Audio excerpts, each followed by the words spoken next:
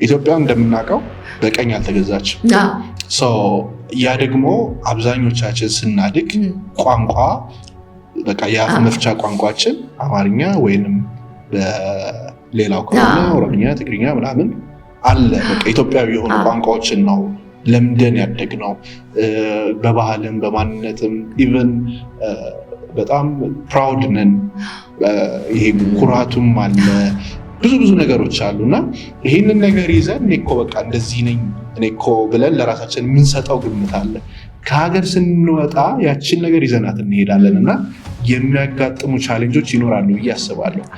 ከዛ ሳንግል ያየሻቸው ነገሮች ይኖራሉ? እኛ እንዳልከው በጣም ካልቸራልን የራሳችን የሆነ ፕራውድ የሆነ ሂስትሪ ነው ያለን።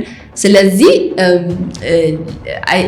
በእርግጠኝነት ቻሌንጂንግ ነው እንዳልከው ነው። በእርግጠኝነት እንግዲህ ምንድነው አንተ እንደዛ አይ ቲንክ ነገሮች አሁን እየተሻሻሉ የመጡበት እንደዛም ሆነ እንዴት ነው ሌላኛውን ደግሞ ስኪል ሴት መማር ነው።